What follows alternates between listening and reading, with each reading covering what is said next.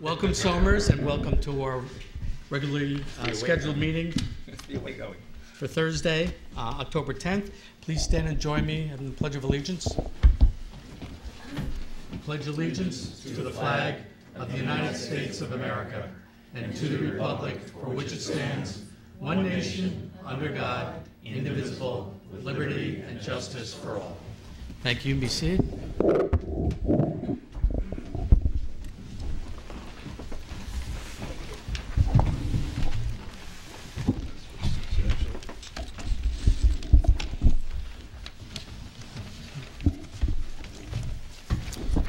Okay, Patty, roll call.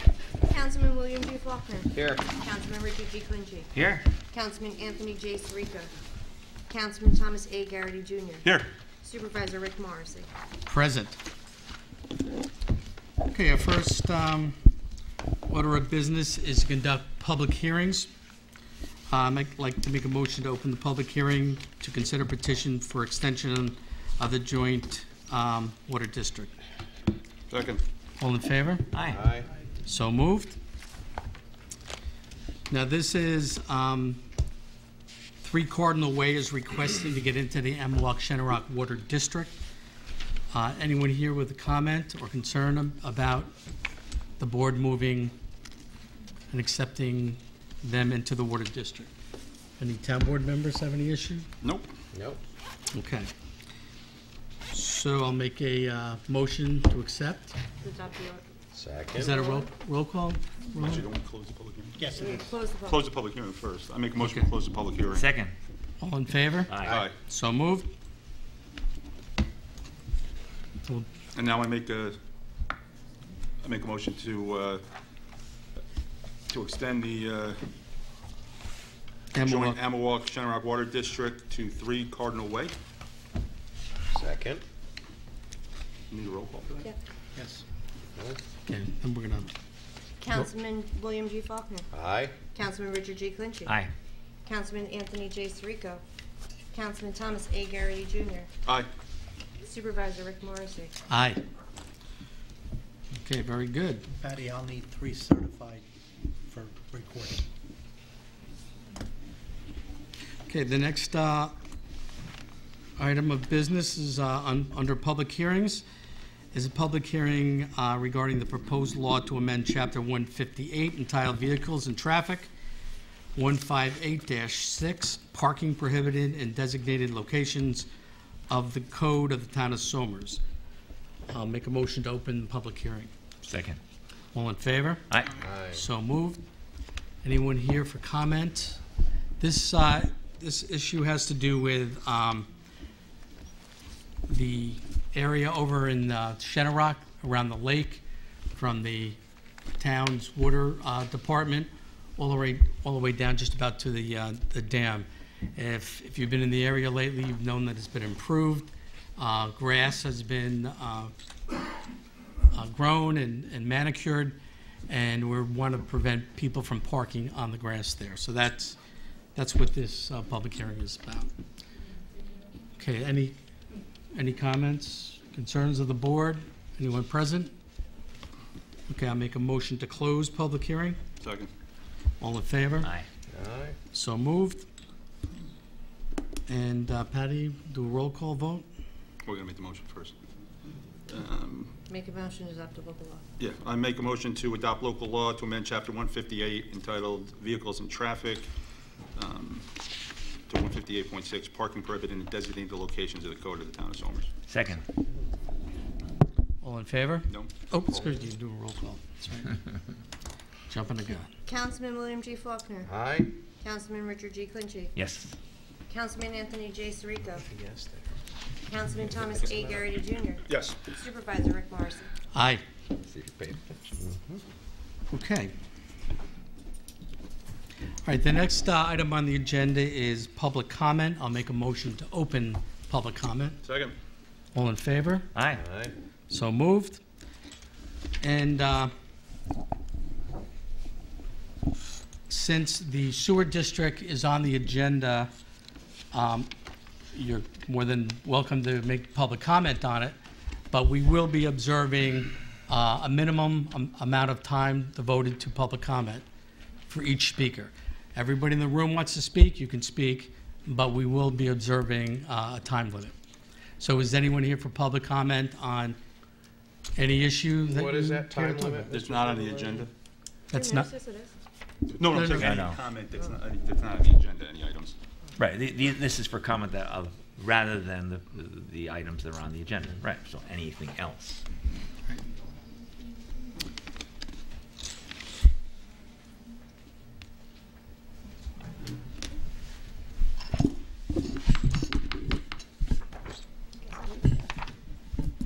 Good evening. Linda Luciano, 10 Walker Drive.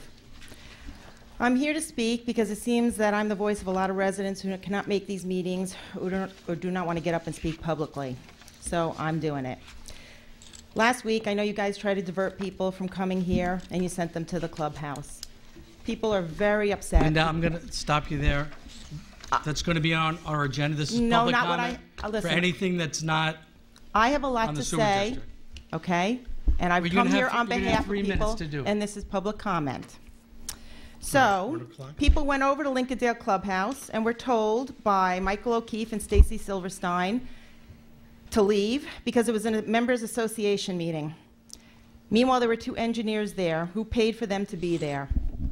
Are we using the entire town's tax money to pay for them to go to an insignificant meeting when they should have been here where there were 30 residents? You said last week that you're doing this because you want to do it in the best interest of the community. It might be in your best interest, but it's about our best interest that you would have notified each resident. You would have kept the public hearings open. You would have asked for residents' vote 2 years ago to see if we wanted it, instead of using the entire town taxpayers' money to do these studies and reports for the past 2 years. We've said over and over how many people did not know about the sewers coming in. The residents who want the sewers don't believe we didn't know. They couldn't believe we didn't know. Why would we be lying about it? If we knew, we would have been coming to the meetings. You certainly weren't worried about the best interests of your residents surrounding the nightclub on Route 118 for the past 7 years. With countless complaints, you did nothing. You say I can't just shut down businesses. Well, if they are not complying with your town codes, you can. If illegal things are happening there, you can. But again, we all know the politics that happens in the town. One hand washes the other. I'm sure if you lived in front, next to, or behind it, it would have been shut down. We have a couple hundred people on our distribution list for Shenorock and Lincolndale. And with all the errors that are coming up in the report, and they see that what their costs are, and they see how the board is handling this, people who were originally for it or on the fence for the sewers are now no's. People cannot vote on something that has flaws in it. It's not fair and just. You say you have been working on this for 2 years. Haven't you had a finance manager or a town engineer look at this map plan report before sending it up to the comptroller? Have any of you even looked at this report? On the addresses alone, which is the easiest to see in the teeny tiny font, there are the most obvious things like costs missing next to addresses, and there are approximately half a dozen addresses left off. Last week, it was brought to your attention that a column is missing off a Phase 1 cost table. If the Phase 1 okay, so it says that they get it for free, but it's not the case. If Phase 1 goes over the 10 million, which I'm sure it will, money has to be borrowed, and they will have to start paying a finance charge. This is just one of the many things that are misleading to residents. Our town attorney said that needs to be in the report, so it's clear that you have to reopen this process and fix it. How do you send a report that is incomplete unless you were trying to rush it through?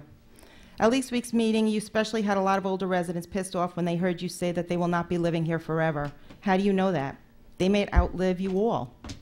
You want them to move out so they can sell their home and you can collect more taxes. You also said septics break down, so sewers don't?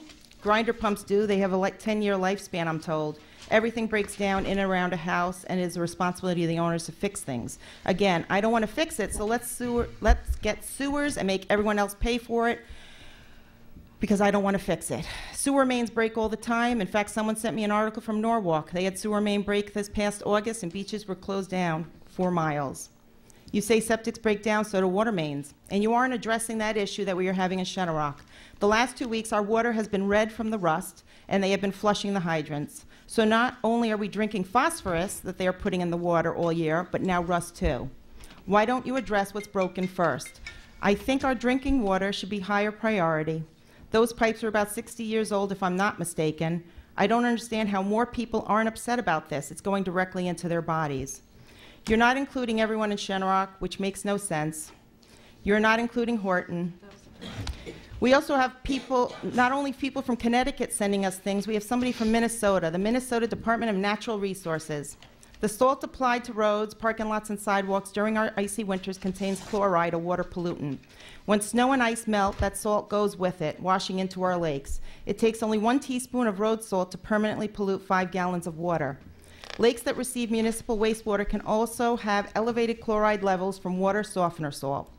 Once in the water, there is no way to remove the chloride, and at high concentrations, chloride can harm fish and plant life. The issue is particularly acute in suburban metro areas where there is more pavement and therefore more winter salting.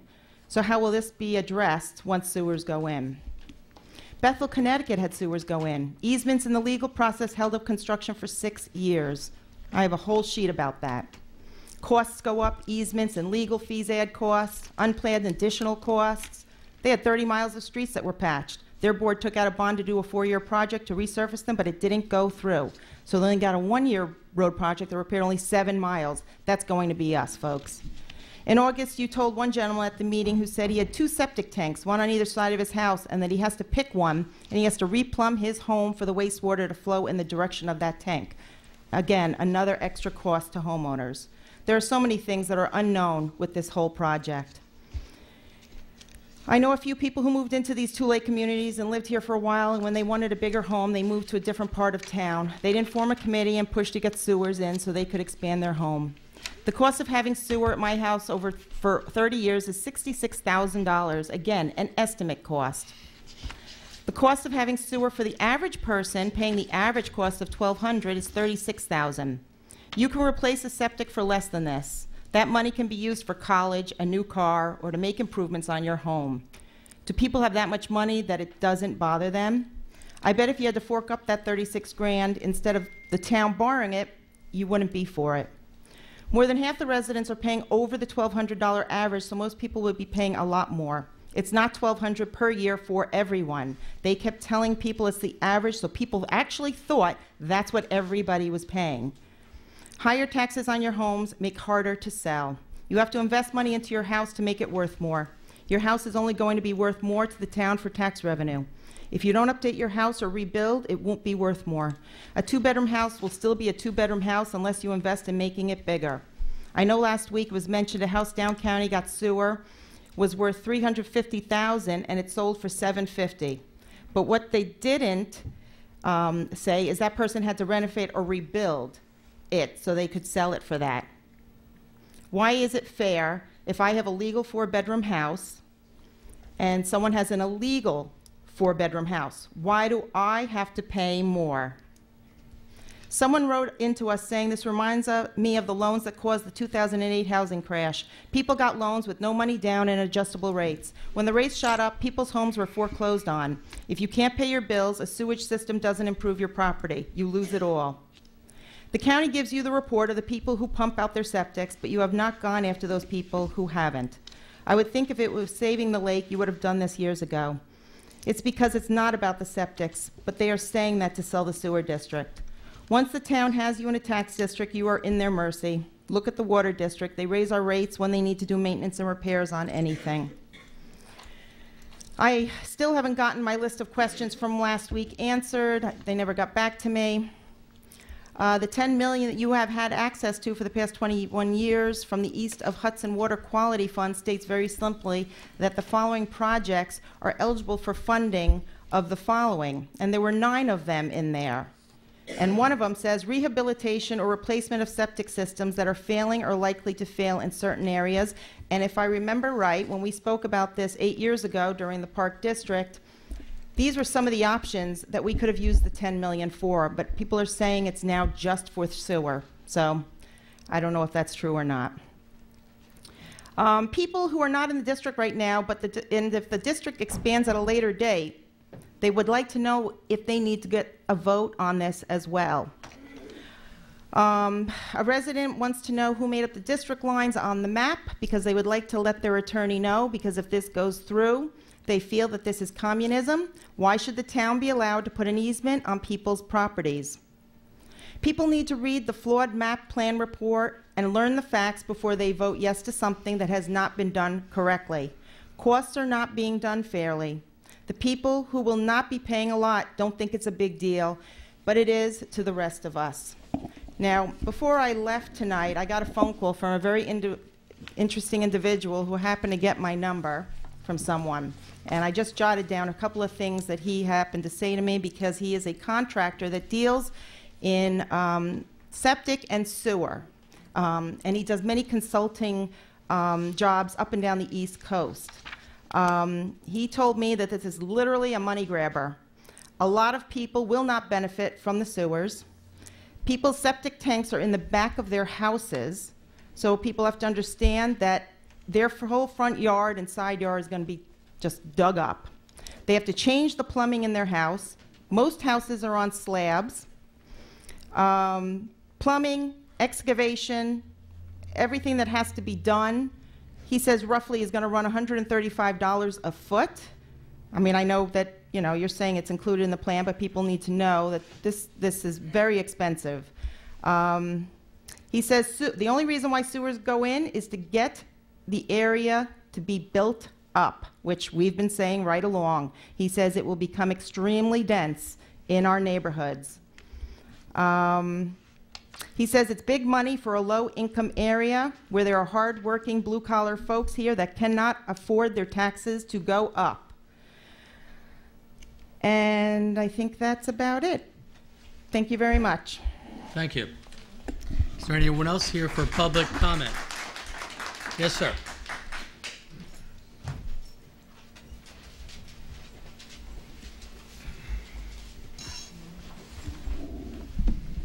Can you hear me?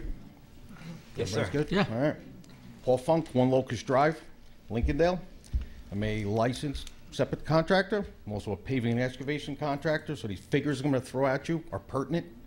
All right? Your estimated total is $63 million, estimated. We've got 22 miles of road that are going to get destroyed. Cost 1,500 tons of blacktop to fix a mile of street. At 9611 is Carmel's cost installed because Somers isn't giving me the information I asked for. As a resident, not good. That's $144,165 per mile. We're going to do that 20 times is $3.1 million, almost 2. So you can add that to your 66, your 63 comes to $66.1 million for your sewer cost.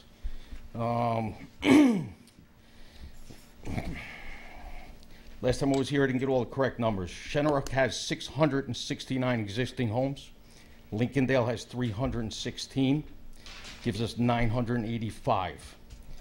I did an exacerbated cost of $50,000 a piece to repair everybody's septic system. Comes to $49.2 million. That's a difference of 16.9 over your plan. I don't see where we're all benefiting.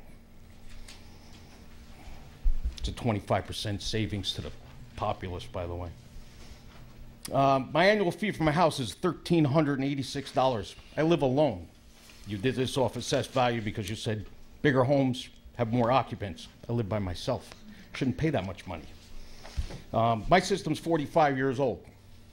I'm going to go with, it'll go for 50 because I do maintain my system, which everybody is supposed to do. And it's reported to Westchester County when it's pumped. And we're not going after the people that aren't maintaining their system. So therefore, I have to eat the burden of irresponsible home ownership. That's not fair. All right, but if I take 50 years and I multiply it by 1386, it comes out to $69,300. It's 20,000 more than my over-exasperated number of 50,000. Who's winning here?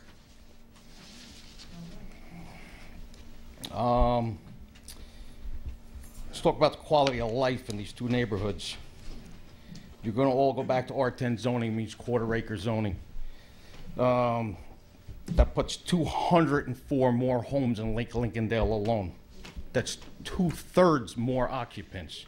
If you figured out what that's going to do to the roads, the traffic flow, the schools, no, we've overlooked that. Shenorock has 120 more buildable lots. That's 19% more homes. You're destroying the integrity of our community. So much for small-town Somers. I hope you're all happy with yourselves, because I'm disgusted.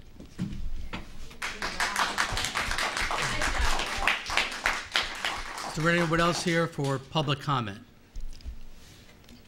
Yeah, this lady here. You had your hand up, then you.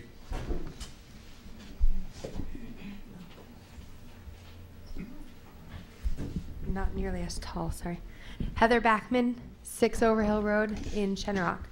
I don't know if you're doing this just as comment or as if there's going to be any, back and This forth. is public comment, ma'am. Okay, because my comment, question anything was. you want to say? Yeah, my question was whether anything has been done, and I don't know if this is going to be addressed by the engineers at some point tonight, regarding my comments last time regarding phase 1 not having any financing costs.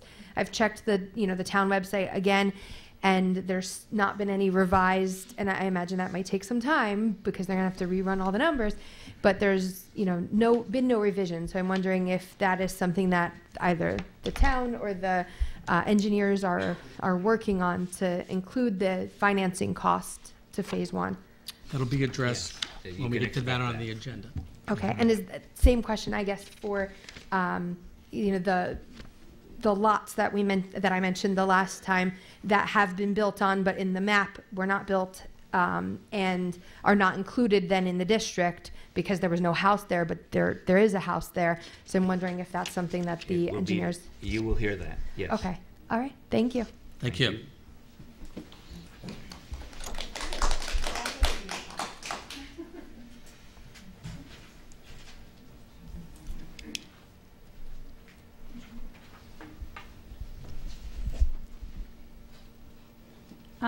I just wanted to clarify, I have a Your couple, name- oh, name I'm and sorry, address. I always forget. Lisa Healy, 7 Magnolia Drive, Lincolndale. Thank you.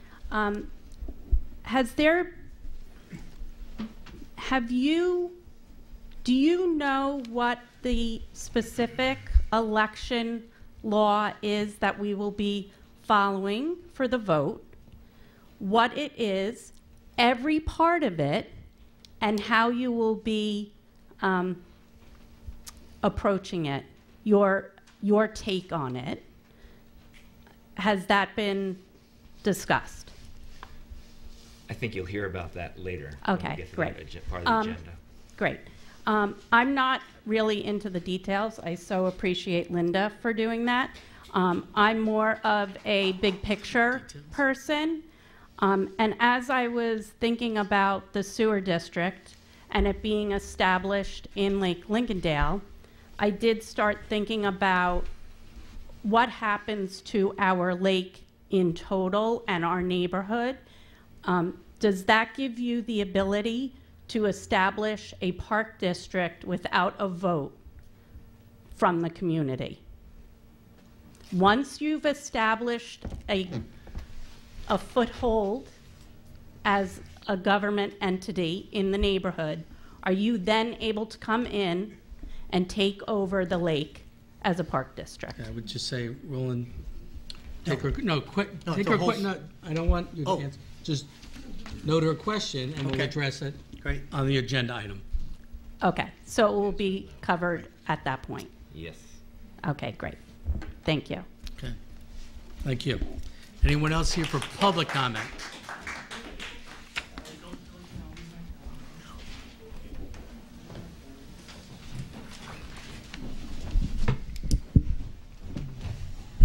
I'll be very quick, gentlemen. I would like to know if there's a friends and family tax discount program in the town of Somers. If so, where should people get their application? 57 Forest Lane must be getting it. The home has a value of at least $450,000, but its taxes are based on $193,000. Full value. So that resident has a great half-price property tax discount. They have been receiving a large discount since '06. So when you compare my projected sewer cost of $2,200 with 57 Forest Lane of $722, their discount just got bigger. I'm being raped. Every resident in this town should want to know who lives at 57 Forest Lane, who only pays $2,221 in school tax in 2019 and 2020. What relationship do they have with this town government? My school tax bill this year is $10,600. That's almost 5 times 57 Forest. Yet my home has a sellable value of about $100,000 higher. The town board should be honest with Lincolndale and Shenorock residents. This isn't a Save the Lake project. This is a future tax revenue project. They want Shenorock and Lincolndale to be rebuilt to larger homes with higher density for tax revenue. If the board wants higher future tax revenues, they should pay for the sewer project, not us. Brewster got free sewer. I'm answering your question that I asked last time. I researched it. DEP paid $30 million to protect the waterway. Where's the money from the DEP if we are polluting the waterway, which is what you're trying to sell us on? How can a future sewer district be proposed on bad tax assessments value? How does the New York State Comptroller give a green light on bad numbers? These tax assessment numbers should be revised to reality to stop stealing from the fully assessed taxpayers. Somer's last reassessment was prior to 1974. How can you base the cost of a new sewer district on a property tax assessment that is over 45 years old? I have information and pictures and addresses of homes that are greatly underassessed by anywhere from 25% to 100%, causing other residents of Somers to pay higher taxes. The assessment value loss is well over $5 million, which would greatly change the projected sewer cost to other residents. Thank you. Joe, could you give me those addresses that you just mentioned so we can check up on those? Yes, I will. Please do. Thank you. Anyone else here for public comment? Yes, sir.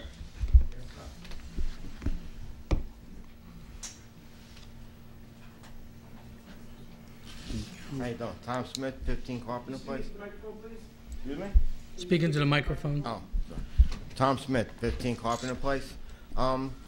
With regards to last week, with the meeting, we've been having town meetings on the first Thursday and second Thursday every month for the longest time. You had stated that the town engineer, the engineer's worked here for 5 years. In those 5 years, he's got to know when we have meetings. Now, in the paper, it said that that meeting last week was scheduled 3 months ago. Now, if the engineers have such problems with such little numbers, how can we trust them with these big numbers when they can't get that straight? They schedule a meeting when they know that we have a town meeting. Really not that difficult to figure out. But we're trusting them with all this money.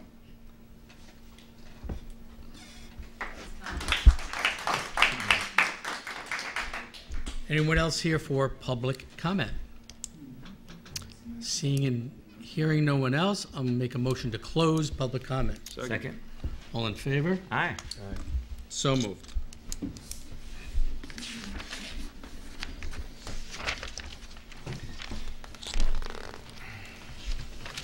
Next item on our agenda is department reports from our clerk. I have reports from the town clerk, building inspector, zoning board of appeals, plumbing, Bureau of Fire Prevention, Parks and Recreation, planning and engineering, tax receiver, and director of finance. Thank you, Patty. Okay, moving on to town board agendas items. I'm going to move the Somer Sewer District number 2 formation up to number 1 and begin that discussion. So we've had questions of the board that were asked last week. We do have answers to many of those questions, if not all of them.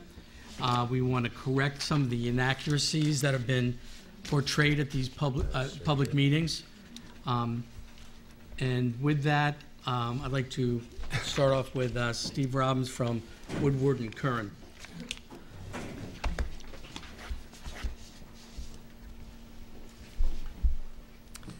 Thank you, Rick. Welcome. We received a list of questions that I believe were submitted to you and wanted to be able to respond to those. I'll paraphrase some of the questions, but I hope I don't certainly miss the intent. Sure. There was a question about what are other financially responsible ways to improve the ecology and aesthetic appearance of the lakes, and why are they not also proceeding?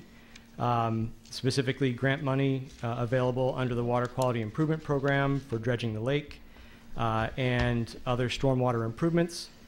In addition, was all of the grant money that was obtained by the town used for stormwater improvements around Lake Shenorock. The town, as a reply to that, the town is continuing to pursue grant funding through all sources for stormwater improvements, for sewering, as in this case, toward a multi-pronged approach to restoring the water quality in the lake. The grant amount for water quality improvements around Lake Shenorock, the project ended up coming in under budget.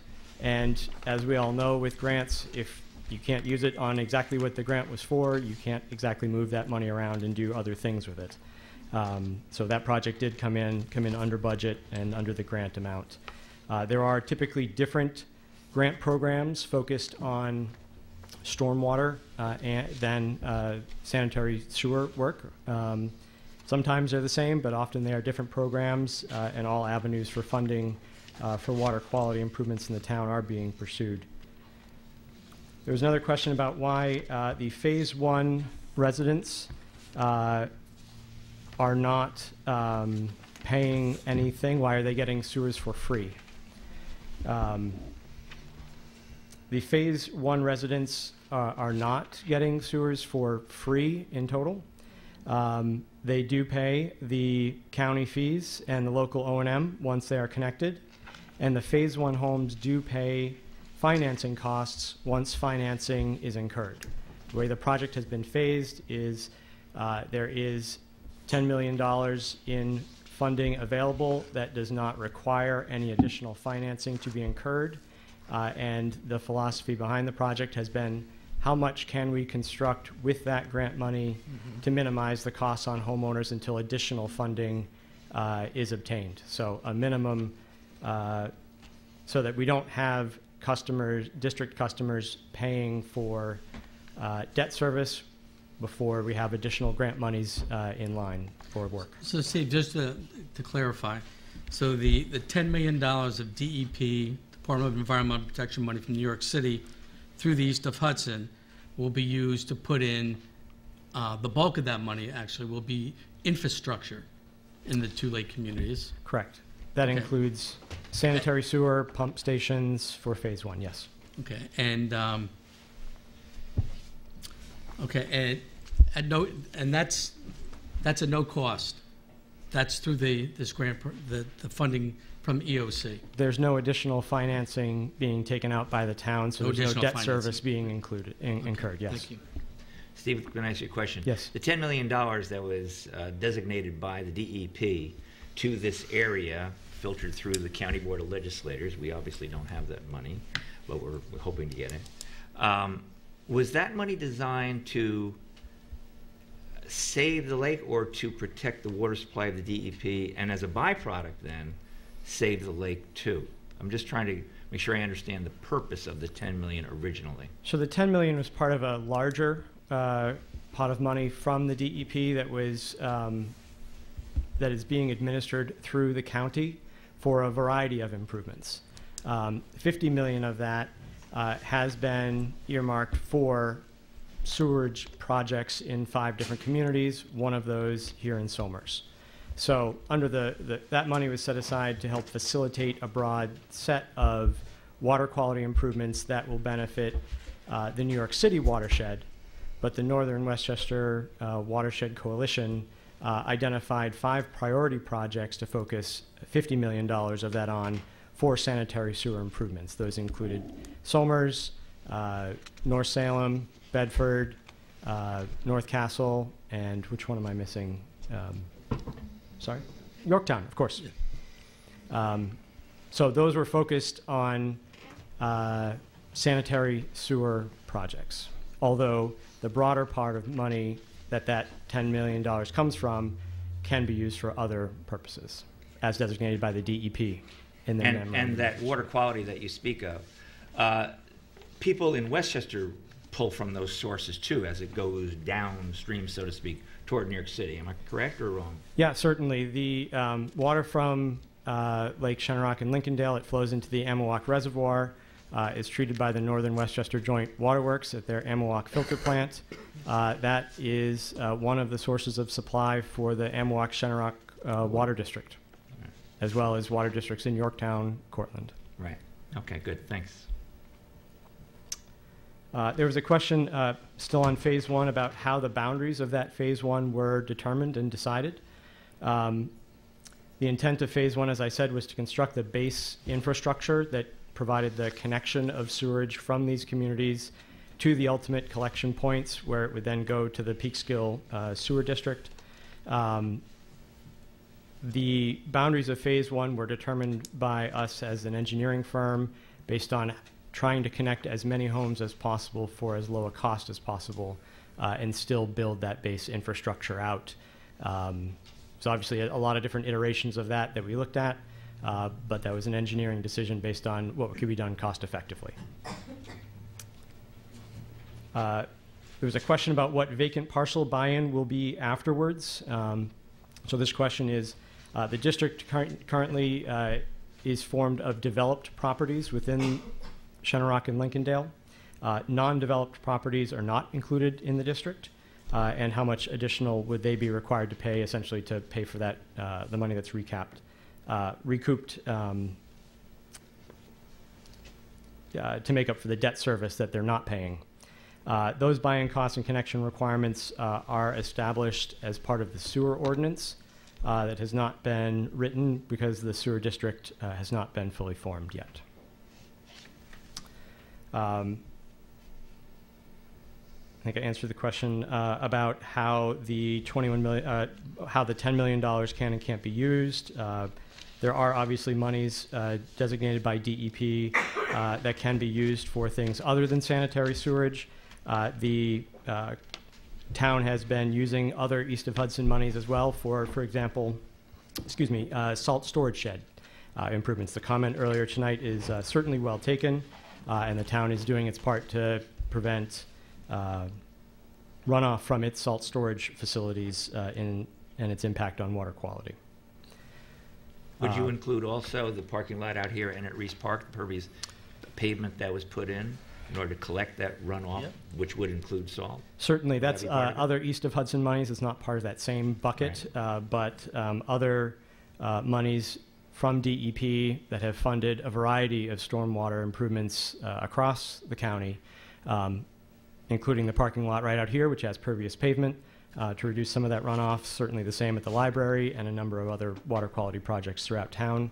That's a source of funding that the town is continuing to pursue for other stormwater projects as well.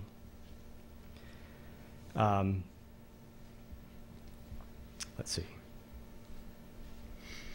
I'll read this question verbatim. It's a little bit hard to consolidate. At the last meeting, it was discussed that Phase 1 doesn't have any borrowing costs, which means they get the sewer for free. They start paying their O&M and buy-in surcharge as soon as they're hooked up. But when Phase 2 starts borrowing, it goes on to Phase 1 residents. So if there is a Phase 2, if and when you get funding and you borrow money, will you be including those 103 residents from Phase 1 in the financing? And the answer to that is yes. Once financing is incurred, all properties in the district pay for that financing.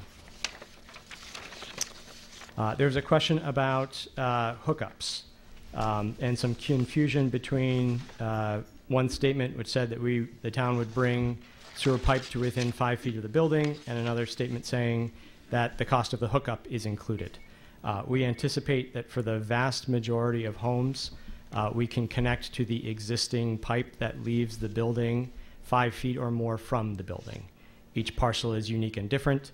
5 feet is a customary delineation point between a site contractor and a plumbing contractor, and that's where that terminology came from. But we do anticipate that we can connect to most homes through their existing septic discharge piping 5 feet or more from the home, and the cost of that connection is included. There's a question about restoration and whether features such as rock walls, fencing, walkways, and things like that that are disturbed would also be restored. During detailed design, the town will work with individual property owners to look at what's the most effective approach to making that connection from the lateral on property. If we can avoid an obstacle that's going to cost time, money, and effort to restore, we obviously want to do so as long as it makes sense to do so. Whatever is disturbed will be restored to the condition it was before. Well, that's good. Certainly, there would have been an alternate approach, which would have been not to pay for restoration, but we thought that would be unfair to the homeowners, that you're disturbing something, you should put it back the way you found it. The question, another question, will septic tanks be filled, and is that part of the total project cost? And that septic tank decommissioning is included in the project cost estimates. There's a question about easements. Easements may need to be put on residents' properties if it's easier for them to access a neighbor's connection who pays the legal fees to do this. There's a couple different reasons that an easement might be needed, so I want to walk through those. Easements will be needed to allow the town to come on to private property and to make the connection, and for the ongoing access to maintain the low-pressure grinder pumps on those homes where those are installed.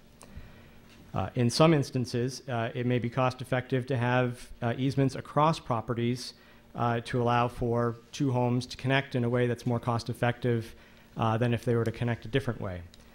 In those cases, we want to try to find those to try to save money on the overall project and lower the cost for the entire district. But those types of easements would not be forced on property owners. The property owners would have to be willing to have that easement through their properties. Town legal fees are paid for by the sewer district. If individual property owners want to retain their own attorney for review of the easement documents, that is not included in the project cost. There's a question about O&M costs going up every year. The Peekskill sewer rates, this is the county rate for customers in their district, in Peekskill, Cortland, and Yorktown.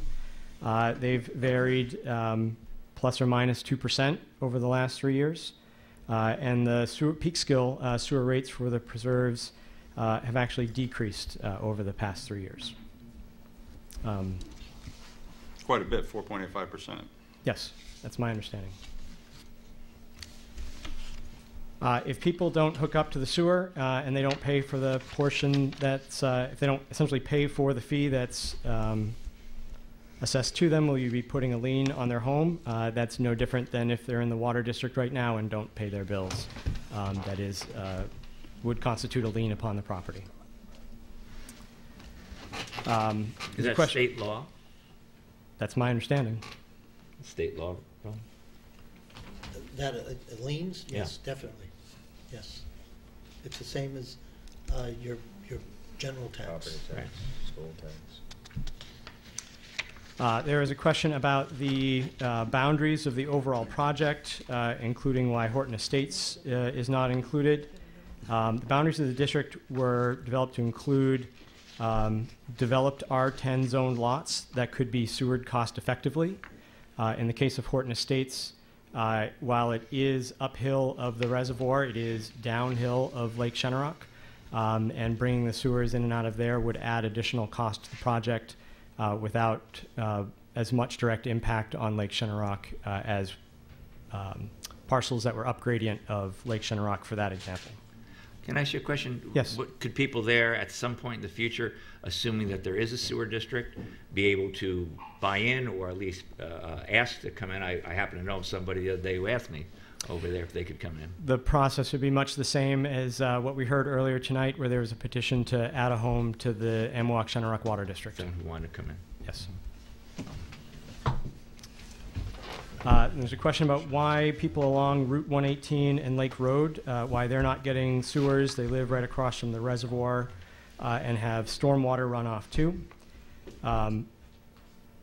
The scope of this project is for constructing sewers in the lake communities. as that's what was identified as a priority wastewater project for use of the DEP funding. Certainly, while properties along 118 and Lake Road do drain into the Amwalk Reservoir, they're not tributary to Lake Shenorock or Lake Lincolndale. And so they're outside the boundaries of this project, and including those areas would greatly increase the total project cost. You kind of have to be mindful of not taking on a project that can't be constructed. Okay. There's a question about one of the streams that comes through the preserve into Shenorock, goes through Lake Hill Estates on Mancini Drive, comes into the lake, and yet no one in those other communities are being held responsible for their stormwater runoff that ends up in Lake Shenorock. Again, this project is focused on sewers, and certainly the town is looking at all available funds for stormwater improvements across the town to these lakes and in other drainage areas. There's a question about sizing of the pump station, and a statement in the engineer's report, or in the map planner report, that states that the Phase 1 pump station in Shenorock would need to be expanded in future phases to handle additional flow. And why wouldn't it originally be engineered to handle the flow? The intent there is all of the buried fixed infrastructure, the piping, the concrete wet well, valve vaults, those aspects of the station that cannot be easily modified would be constructed with sufficient capacity for future flows. The intent of that statement is to acknowledge that other equipment, like the pumps themselves, would need to be sized correctly for the initial flows they receive, and then those pumps, as part of a future phase, may need to be increased in size, but they might be inappropriately sized if installed at the full design capacity for the initial flows. There's been some conversation about septic systems and their impact on water quality. And I think that there's an important distinction to be made between failing septic systems and septic systems overall. Certainly as it relates to some of the comments earlier about the cost of replacing a septic system or installing a new septic system. The DEP has long acknowledged the impact that septic systems, even properly functioning septic systems, have on water quality in their watershed.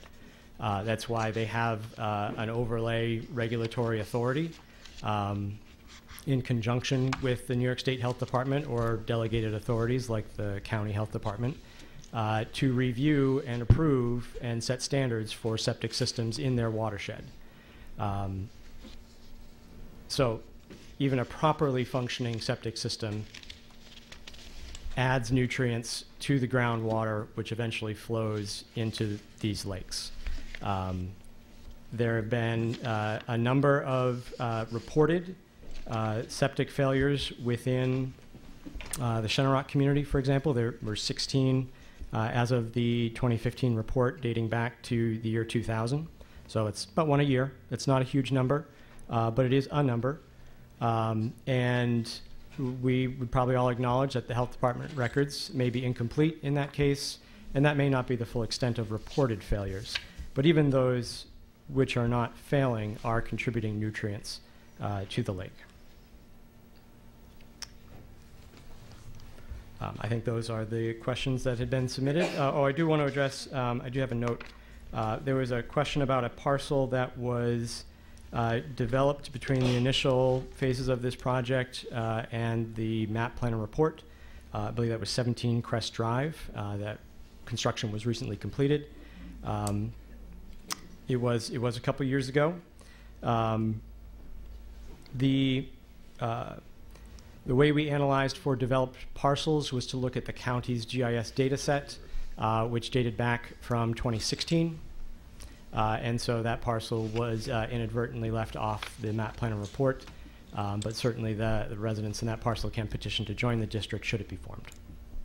So would you consider that a fatal flaw in the map planner report? That property was not noticed as being included in the district that was formed.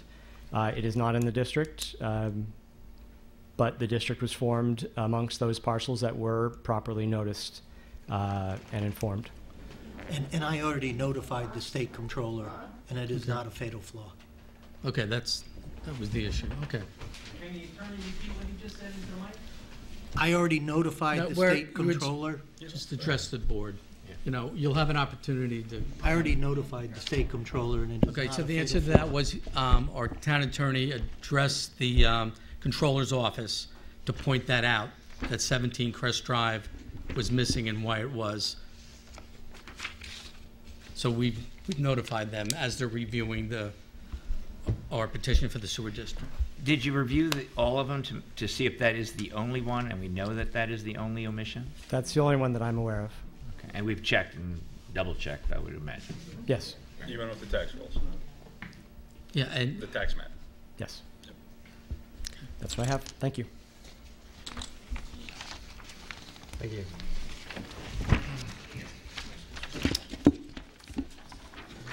okay, Roland, at this time, could you walk us through what, at the end of the last week's meeting, we were given numbers of people who signed a petition to move this to a vote, which, you know, I stated at the time is a good thing, because everyone then would have a vote, and we'd live with the results, or the residents of Lincolndale and Shadowrock would live with the results. So at this point, I know petitions can still be presented to the town, and why don't you take it from there up until? Petitions can be presented to the town until tomorrow at the close of business, which I assume is 4:30, Patty? Yes. Yes. At that time, the town clerk's office will determine the validity of the petitions, and assuming that it's valid, that will start a clock running where the referendum has to be conducted within a period of time not less than 60 days, nor more than 75 days. So that puts us into a window which extends from December 11th until December 25th. The way that the voting works is that only persons owning taxable real property are entitled to vote in a special election. Tenants and renters are not entitled to a vote. Each owner of a property is entitled to vote. Contrary to what I first thought, it is not one vote per property. Tenants by the entirety, very often the way husbands and wives own property, tenants in common, or joint tenants owning a property are all entitled to a vote. So basically, if your name is on the deed as a grantee, you are entitled to a vote.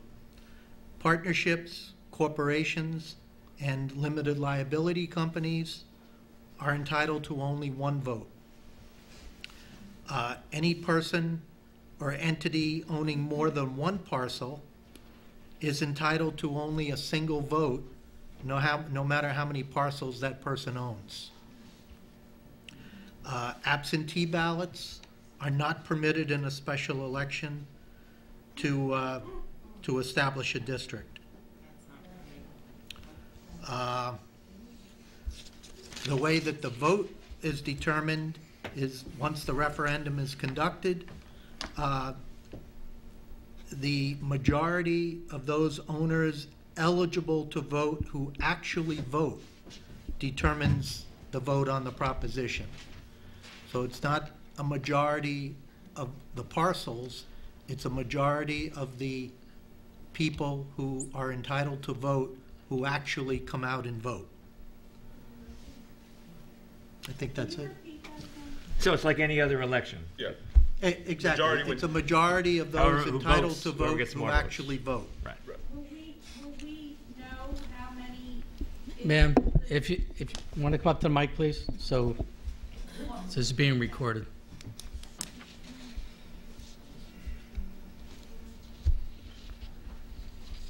Do you have the Lisa Healy, 7 Magnolia Drive, Lincolndale. Do you have the election law that you're getting your information from that you can share with us so we can? It's town law, Article 7.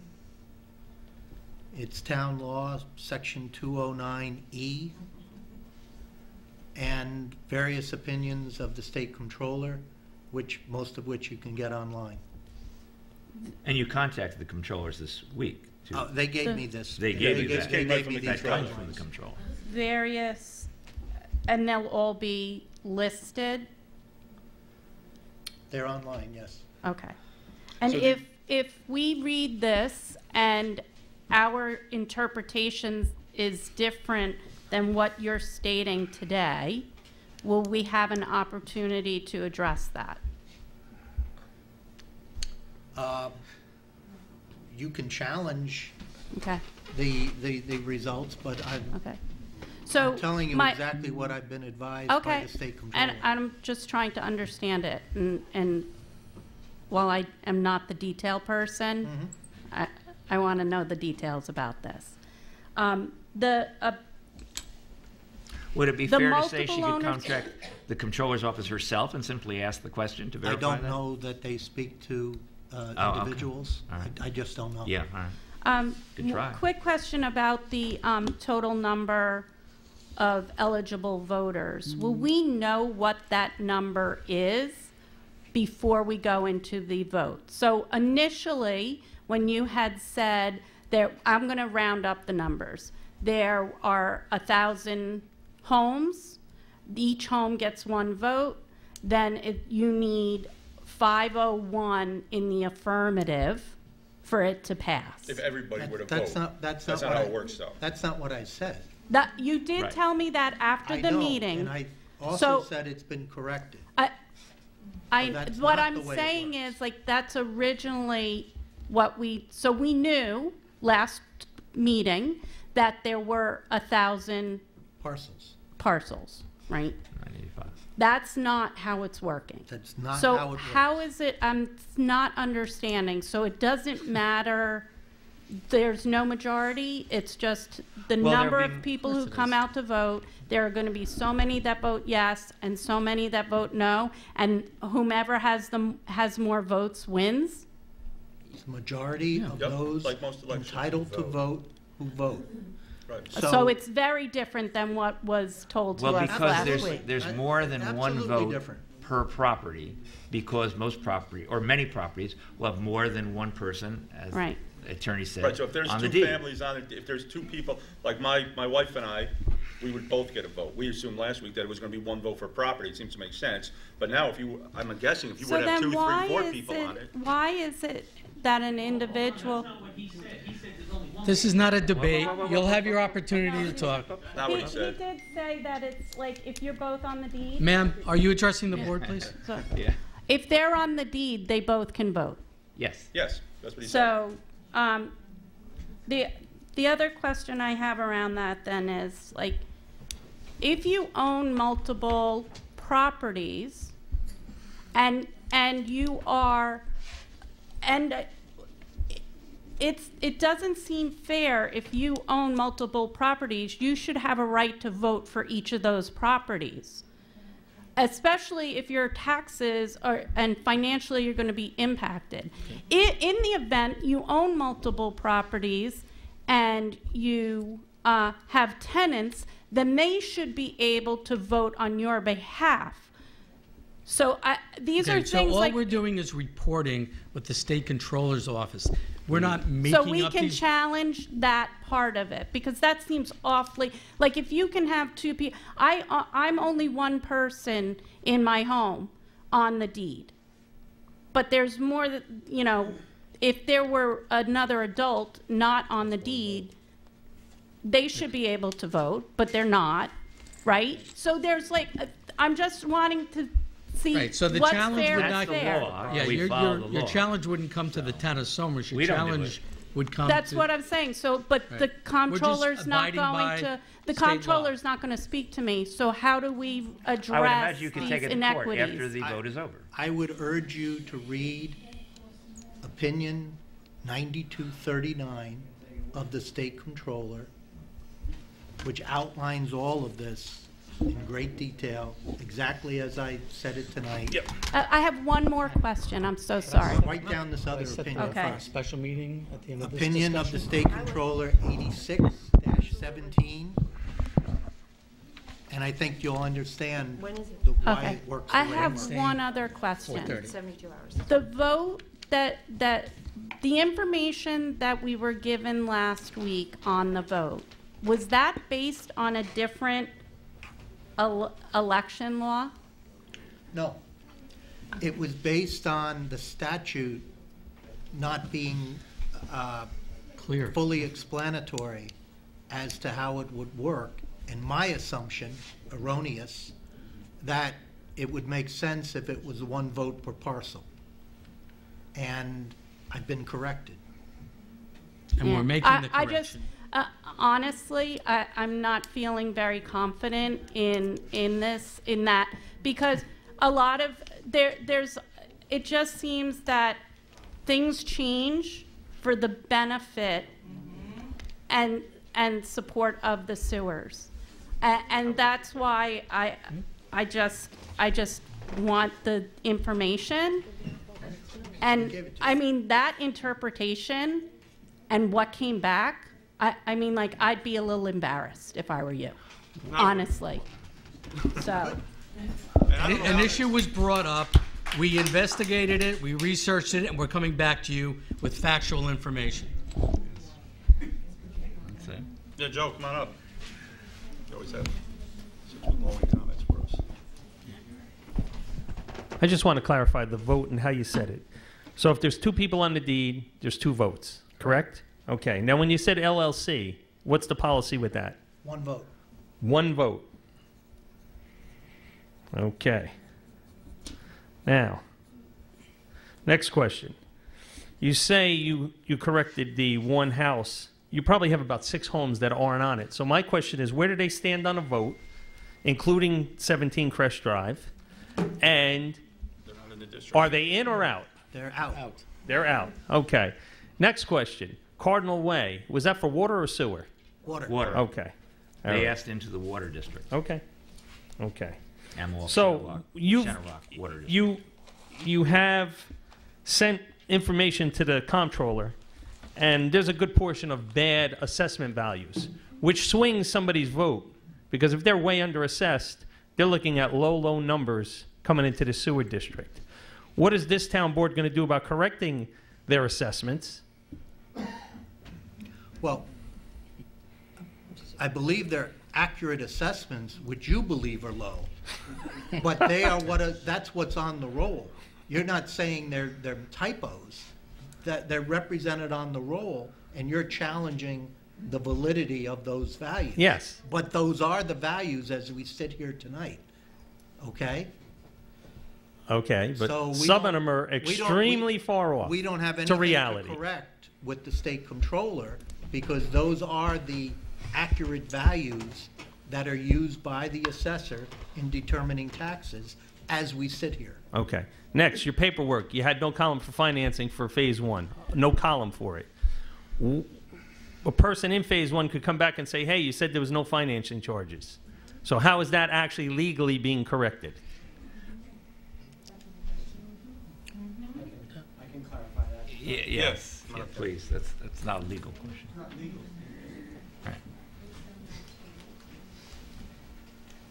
In that table, the financing charge for phase 1 is when phase 1 is constructed. So there was no financing as part of phase 1. So phase 1, the financing charge is 0. When and if other financing is gotten by That's not phase one. by this district, then they would be included in it at that later time. That's correct. Unknowable what that financing charge might be at this time. Am I correct? The other rows are for full build-out conditions. So Steve, what you're saying is that there's no error in the map plan and report. The chart that's being referred to refers to an initial phase 1 assessment only, and that's 0. That's correct. Okay. Okay, but you showed 103 people that they're never going to pay finance charges. No? Phase 1. Never. Not in phase 1.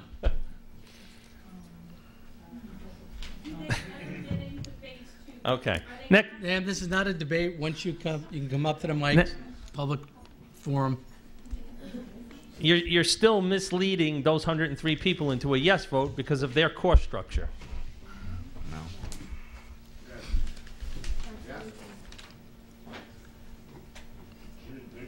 You just heard, it's an accurate No, but you're refresh. misleading those people into How is that they're that? never going to have a finance charge because it's not on the sheet. You're Where not does showing it say them. never, Joe?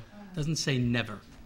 It's phase 1, 0. But you didn't have a column that said future phase financing possibility. No, You're showing them that there are no finance charges for them. Look, let me just say, so if the vote were tomorrow, you might have a point, but whenever that vote might come, assuming the petitions go through, which I assume they will, all of that information, including your excellent question, will be clarified, so everyone will have every possible question, hopefully, will be answered, and all the facts will be out there. So we appreciate your input, because it will help to do that.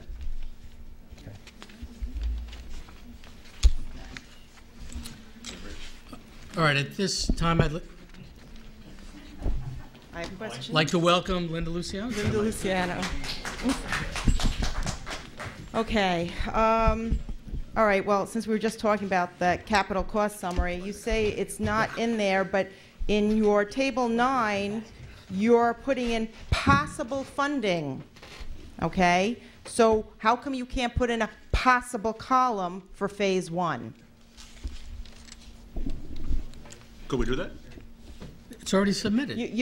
No, you're not. Oh, you- Okay, so in their table 9, capital cost summary, they have under capital finance, possibly receiving outside funding of $37.5 million. Possible funding. So why aren't they putting a column in for possibly phase 2 having a finance charge? It was left off on purpose. I'm sorry, that's how I feel.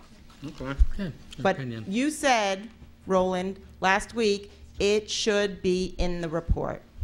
So that's why I'm just saying, you said it should be in the report when Heather Backman got up and spoke of it. If it was an error, it should be in the report, but it is not an error, as you've heard. It's what was intended. Okay, That there but- is no financing. But they're assuming, okay, I understand what you're saying legally, but they're putting assumptions in their capital cost summary table. So why aren't they putting an assumption in for phase 1? So that everybody can understand what's possibly going to happen. I think if you read the entire report, you'll find that Yes. that it is referenced later on that all properties participate in a borrowing. Okay, I'm talking about their table. People look at the tables, they're not reading all these paragraphs, they're looking at their costs, and they're seeing they have no cost for financing.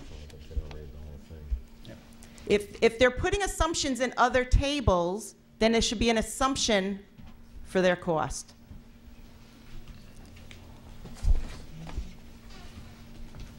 Can we go back on something? We could add it, like Rich said, before the vote. I mean, You can't change it at the, oh, for the You can vote. just give them a idea.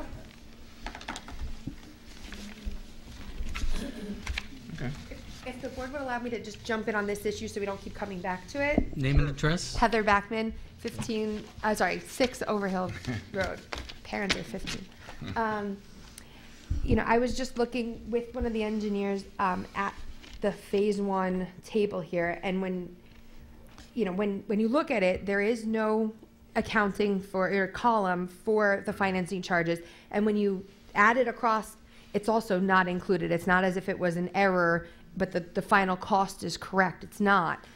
So if the body of the report says that financing costs are going to be borne by phase 1, there needs to be an added column or two. And the way I would propose to do it would be to add those 2 columns actually after the total annual cost. You could say your total annual cost during phase 1 is what is shown here. I would then add another column of the financing cost. And then another column would be your total cost once phase 2 incurs some sort of financing or all of the financing. And it would be more in line with what everybody in phase 2 would be paying then. That would be how I would propose to handle that, so it can be more clearly shown that this is the total you're showing right now is going to be your cost when only phase 1 happens. Then your financing, and then your total cost at the end of the project or when phase 2 is complete. I think that would more accurately reflect what is being told to us that the report says and what is being told to us is going to be done. But as I said at the last meeting, we've been told that this is kind of the Bible for the project and how it's going to be run, and that these include caps and maximums of what can be charged. And if the comptroller were to approve this and we were to approve this at a vote, there'd be no way to charge phase 1 financing because you can't charge more than this number says. So that causes me concern. The other thing is that then and it's shown here that there has been no financing added in to phase 1, that should then affect my value as phase 2 for my financing should come down.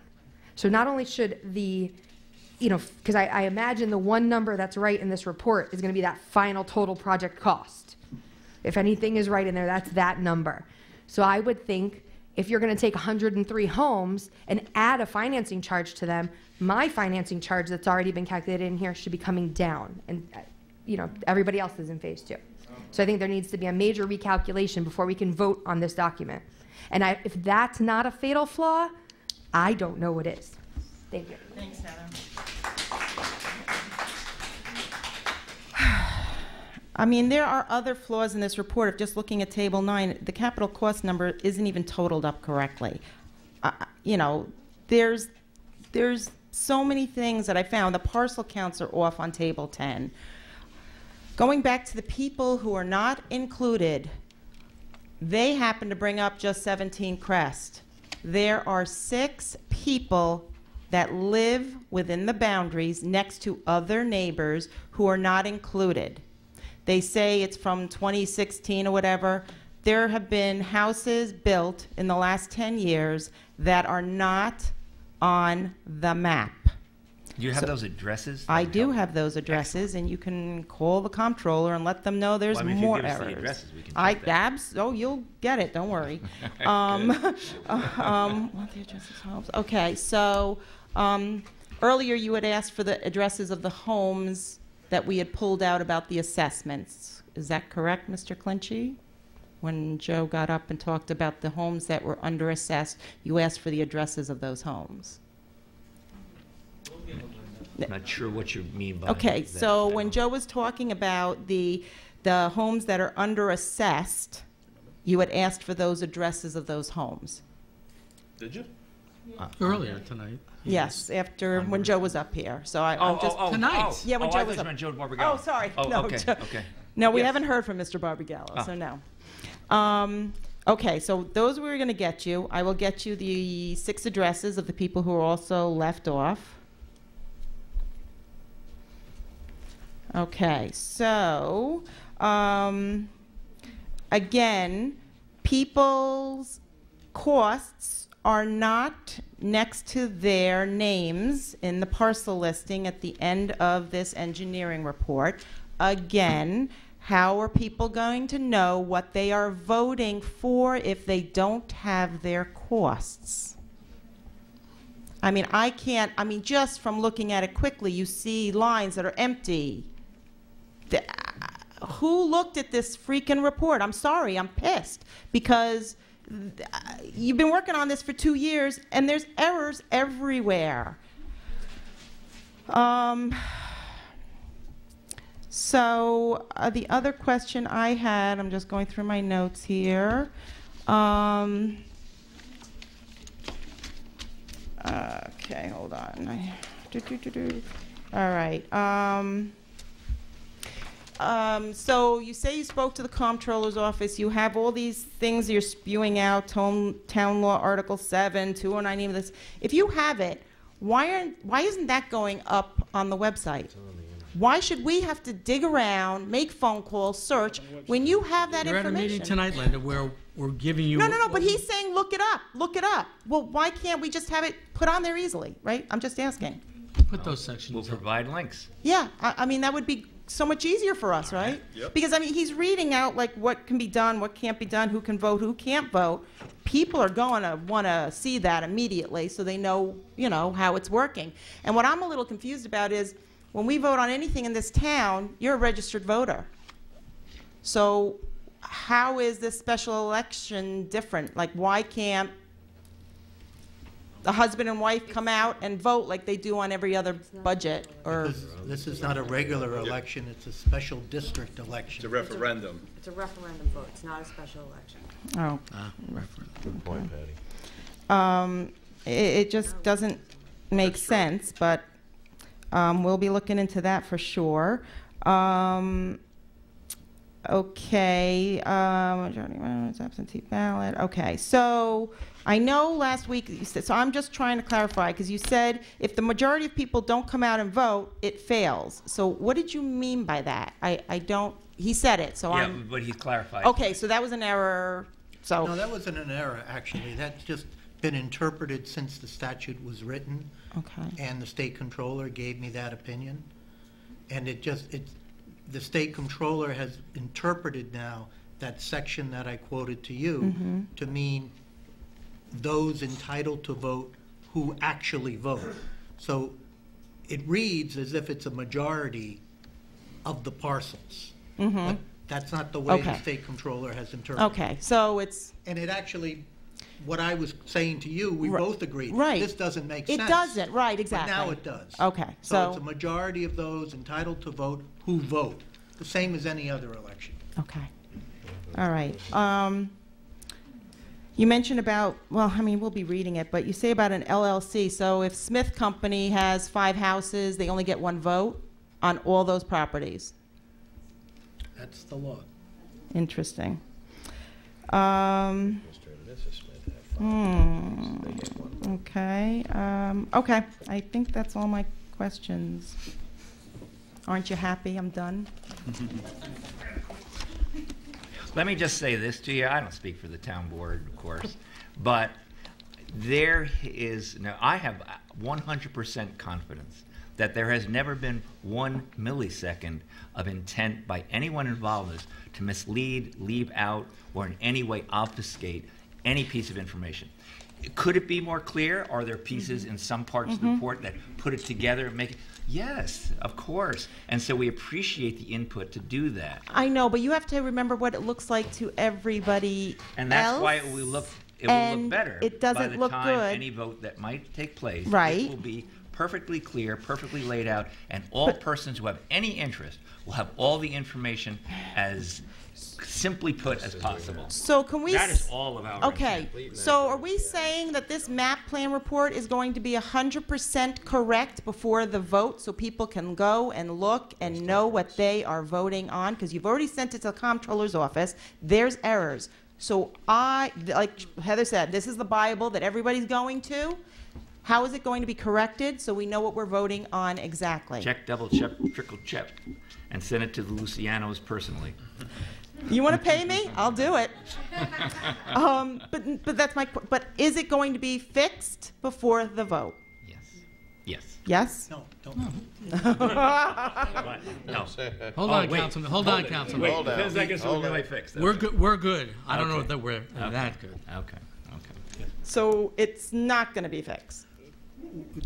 First, we have to, I thought we had established this evening, but from the engineers, that we were only talking about 1 parcel. You've alleged that there are 6 more parcels. Oh yeah. That has to be first verified. And that's only 6 that I found.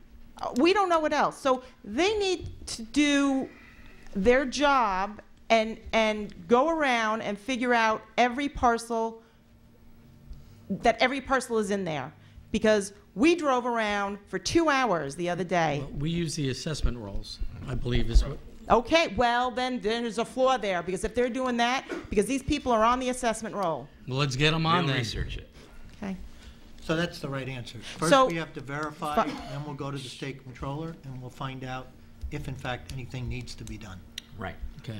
Okay. But that one parcel that's missing Came by in is later. not a fatal. They're not included in the district. Okay. But they can petition to get in the future. Yes. Okay, so there is a remedy to get that.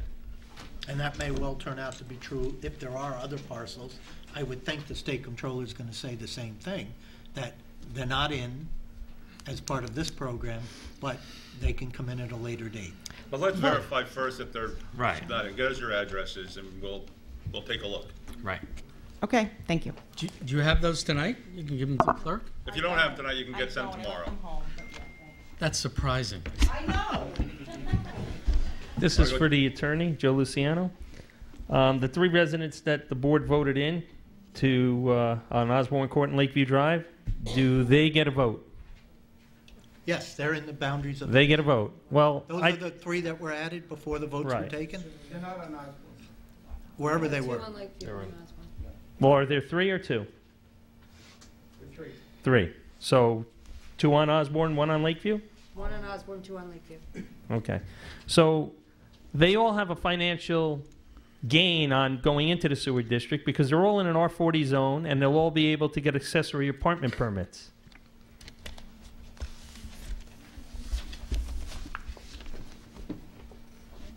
R10 zone can't have accessory apartment permits, correct? Can't they have accessory apartment permits now? R10 or R40? R40. Well, all those lots on R40, they'll never get it because they can't have a septic system large enough to get an accessory apartment. The law's not changed. I mean, but that's what you're saying. Well, they have I a don't know if that's financial accurate. gain. There's a financial gain for them getting into the But I don't know if district. that's accurate. What you're saying is that they can't do it now and that sewer's going to make that big of a difference. I haven't seen the properties. Again, you're coming. They're all on steep hills. Okay, that's fine. I haven't seen them. I don't, but I'm just saying, in this town on 40 acres, we have plenty of accessory apartments in houses that have acres. Right, but R10 zone can't. R10 zone can't. No, I agree with you, but I'm just saying, you're saying that.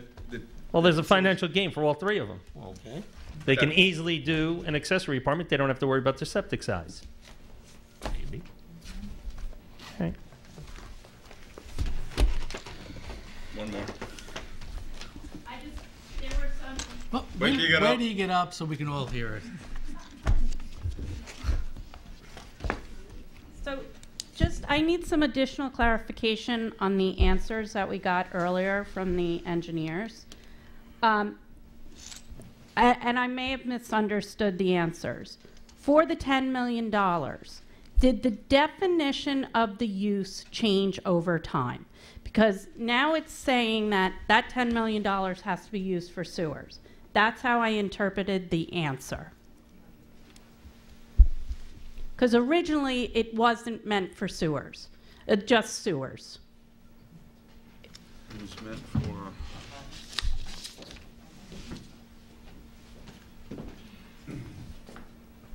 So as Steve stated earlier, as And- part, and you Joe are- Barbagallo?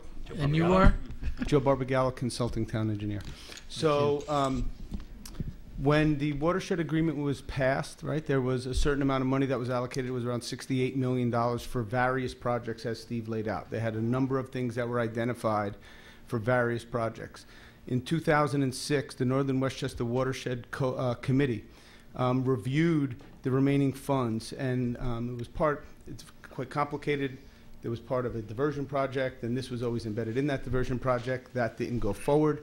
So then the second phase of that was to look at, and it came to the watershed, to the Northern Westchester Watershed Committee. There was about $50 million. The Watershed Committee identified 10 communities, and it was for sewer at that time. And that is very. I have documents, and we've gone through them, and we can make them available. They're county documents that show that process, and we can bring it up. But it was identified at that time for wastewater 2006. projects. In 2006, reaffirmed again at a later So, date. but I think the concern is originally that money was given to Westchester County as the custodian and to protect their watershed. We're in the middle, lucky us, of 4 different watersheds. Okay. So, yeah, So it But in the use of the monies was reevaluated, so that's fine. That answers all my right, is that question. clear now? Yeah. Another question I have is because we're not able to write the codes for vacant parcels if they're buy-in, like what that looks like because the sewer district hasn't been formed. Is it possible, once the sewer district is formed, even though it's this R10, I don't understand any of that, I didn't grow up here, is there a way to write those codes in a way to maintain the integrity of the neighborhoods so that we don't have 200 new homes in Lake Lincolndale? So is that possible? Probably not, because then you won't get the money you want. The other thing is the hookup and the clarification on the 5 feet. That's still really confusing to me because I know my house is what you assumed is not going to work. And what in the event a homeowner says no to the easement? What are you going to do? Okay, so that's the other. Or are you going to decide to do some eminent domain and take over? I don't think eminent domain is is thought about. If you don't agree to the easement, the way this usually works, at least the way it worked in Peach Lake, was. But Peach Lake is very different than our neighborhoods. Not in terms. They don't own the land. No, They are not all of it. co-ops. Not all of it. In the Northern Westchester Country Club property, those are fee simple lots, the same as yours. The other communities are cooperatives. Yeah. But the answer to your question is, when we did Peach Lake, and what I would think we would do here, is we would get a blanket easement over your entire property, temporary construction easement. And then the engineers would go out and meet with you, and together you would best determine what the route of that easement should be, what the route of that line should be. Mm-hmm. And if there was an agreement, then they would stake it out, it would be built, and then a surveyor would come in and survey the actual place where it went, and the easement would, I think, generally be, 10 feet wide? And then we would record that with the county clerk. That's like a quarter of my property, the width of my property. I'm in a really tiny lot. Okay, but I'm just, if it has to be repaired, Yeah, then they it's have to have- restored. I'm just letting you know. So, and I'm not the only resident that this will be an issue for. The other question I had was in the statement, it was like 0.08% of the homes have had failing septic since 2015 or something like that. But the statement then was made that 100% of the septics are causing nitrates to enter the lake.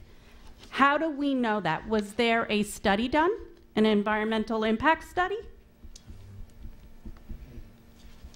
Please. Okay, why don't you finish answering? Okay, are you finished with your questions then?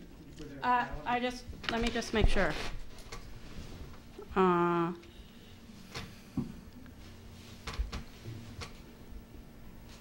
That's Okay. it for now until you made Okay, other until the comments, next time. probably.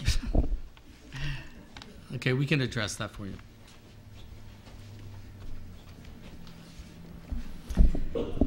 So there's a question on nitrates, a question on the connection, and did I miss one else in there that you had?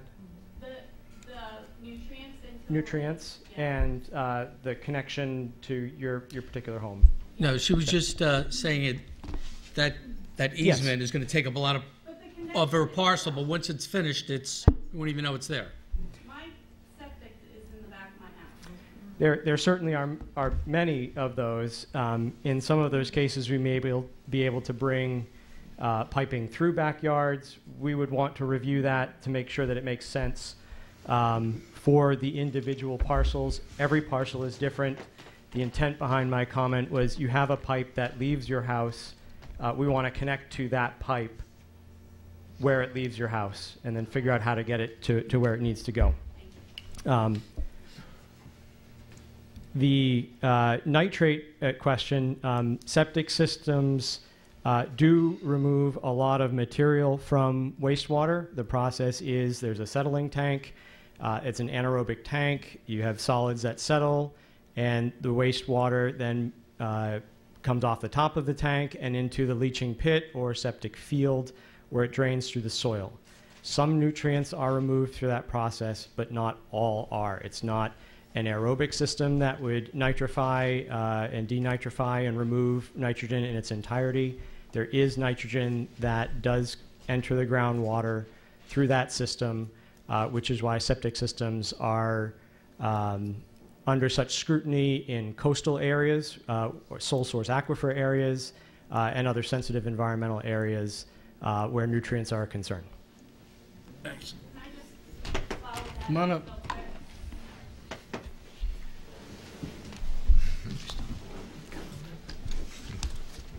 But there's not a specific percentage that you know of the septics versus stormwater runoff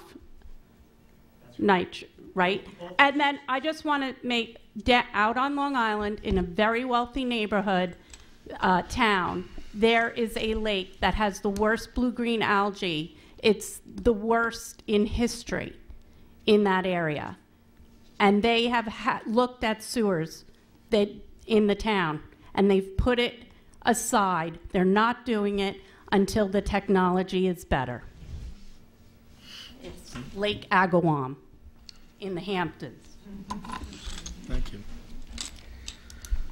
Okay, based on the anticipation of tomorrow's closing of petitions, I'd like to make a motion to set a special meeting for the town to set a public hearing, the referendum date. The petition's valid and schedule a referendum. Okay, so I'd like to propose the 16th at 4:30 here in the townhouse, and we'll open the special meeting.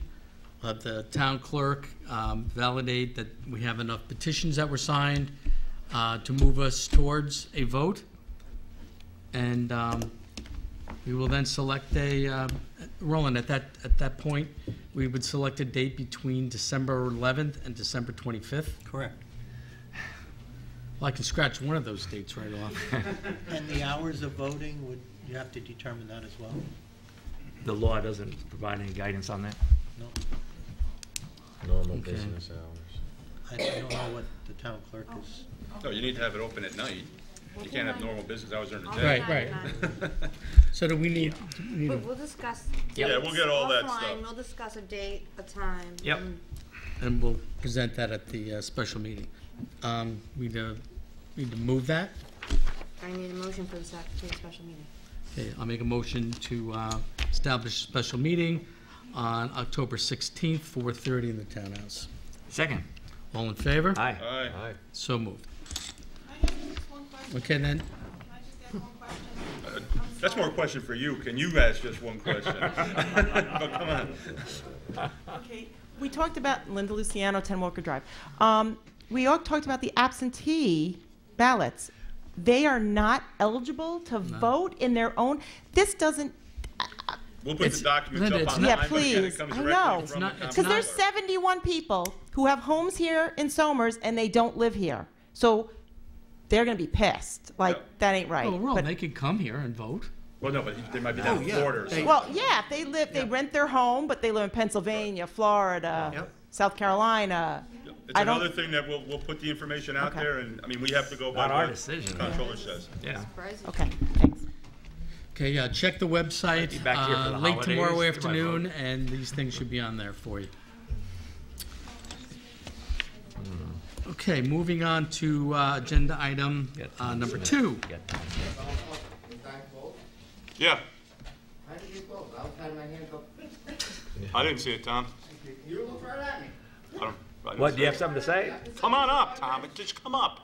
Thank you.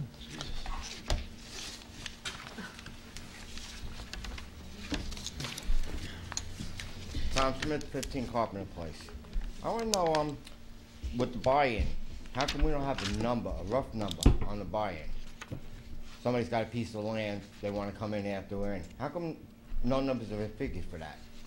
And is there any way we could make those numbers out of reach so we're not ruining the integrity of our neighborhood?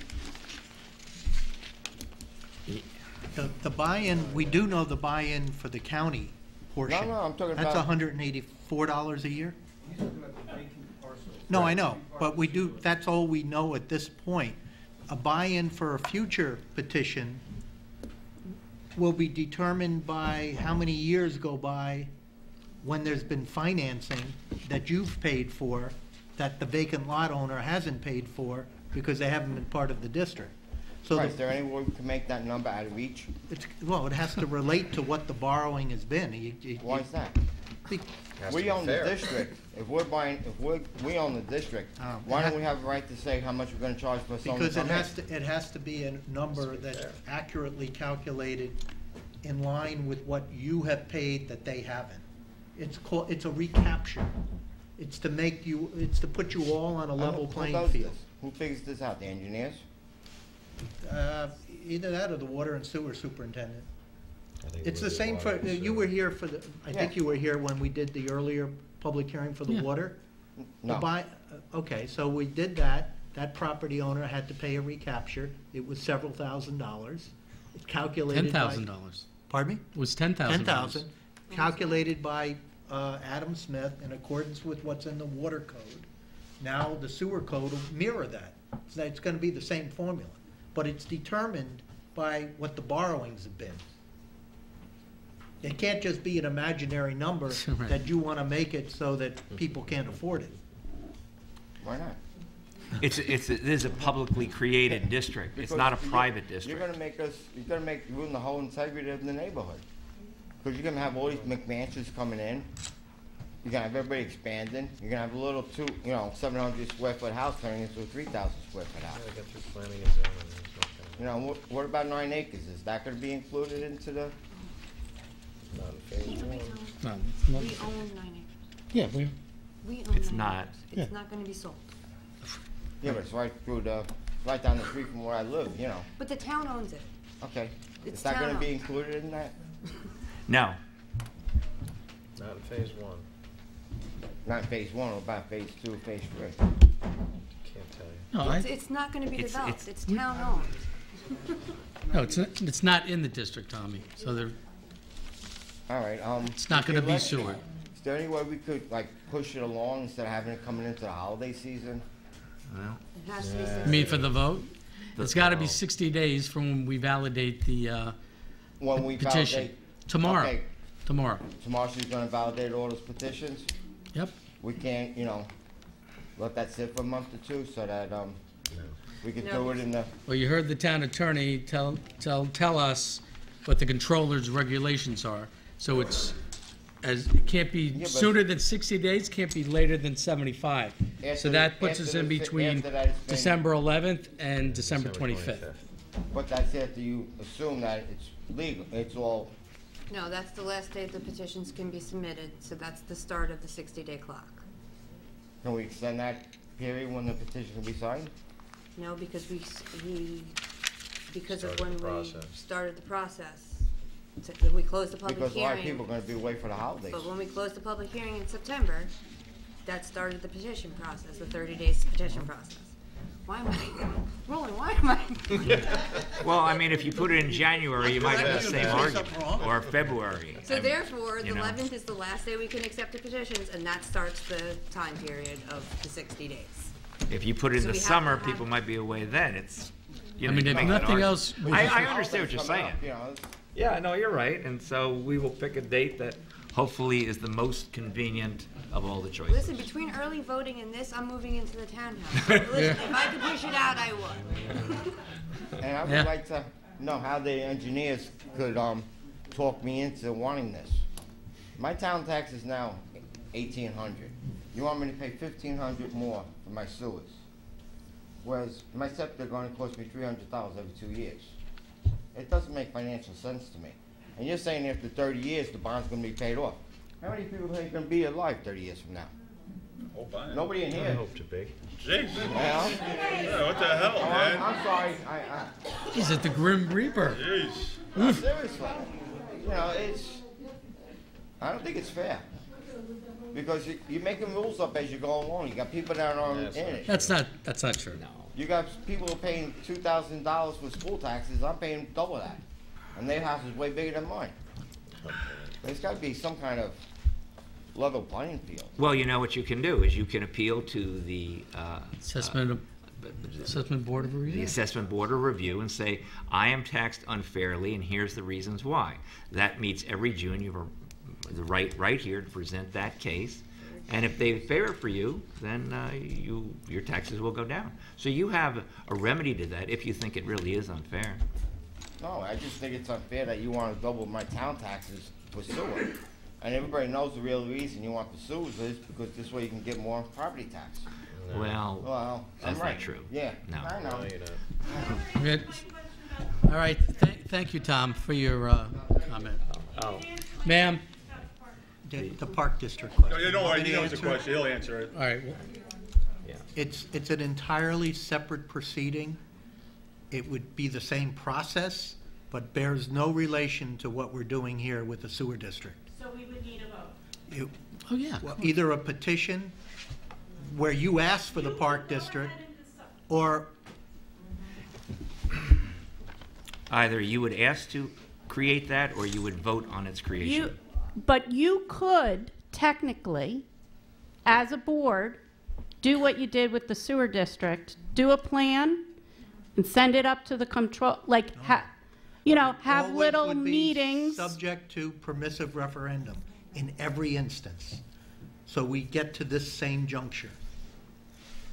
You cannot form a special district without the people in the district either petitioning for it or having the opportunity to vote on it.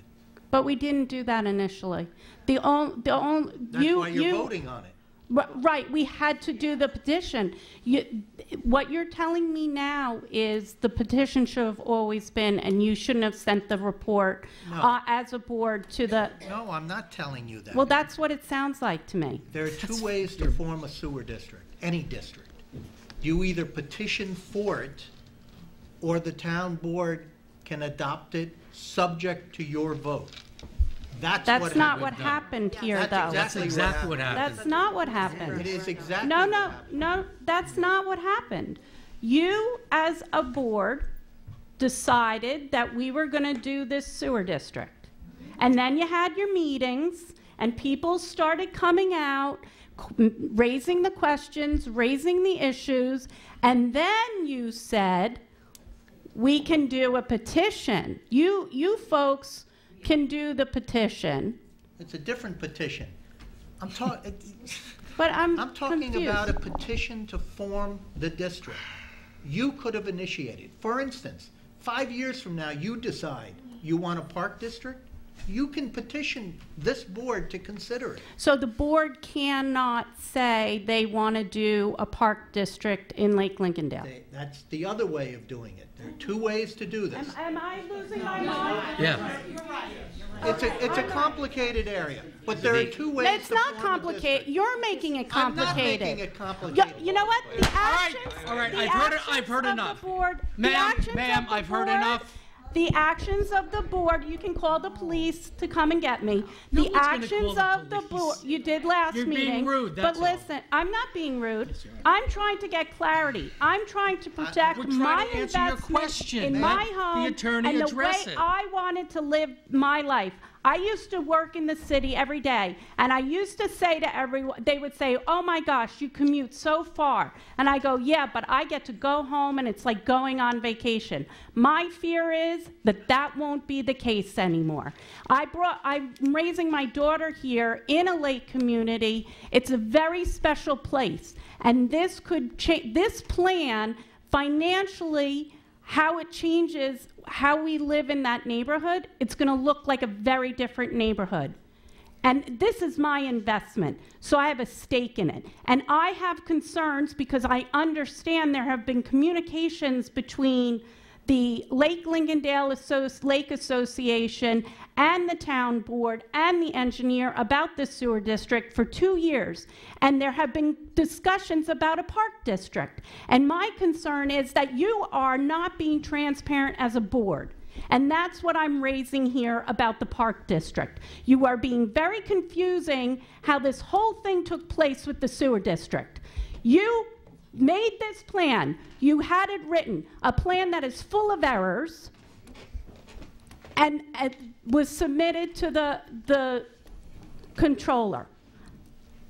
Then you said we have the right to petition for the referendum, the permissive referendum. So it is different than what you are telling me right now.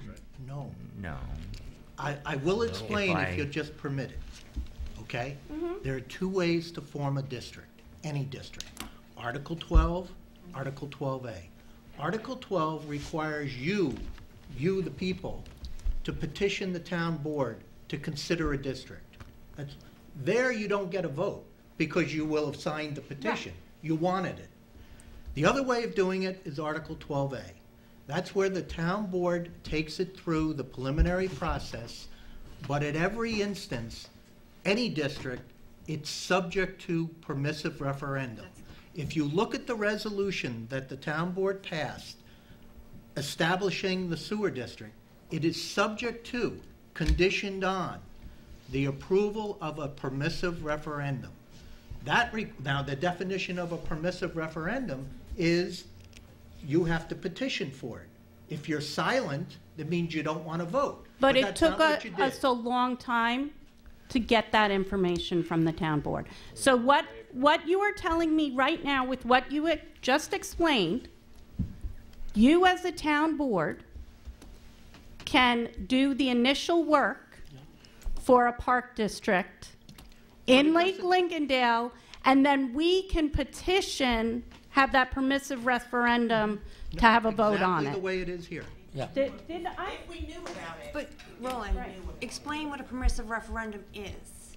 That's the 30 days in the newspaper. It goes in the newspaper, 30 days, it's on my board. If nobody comes and says, hey, we don't want this, or nobody came and picked up those petitions from my office, it would have just gone through. Right. But again, like, the reason that you got was a lot of hard work by people who took the time to find out what was required. So I'm just trying to get some clarification. So you, as a board, could potentially do initial work in establishing a park district in Lake Lincolndale. Subject to a permissive referendum. This whole process. Okay? We can never form any district without either the people petitioning for it But you'll or be voting for it. So, but again, if you were as a board, so you ended up doing the initial work for the sewer district, and then you had the public hearings.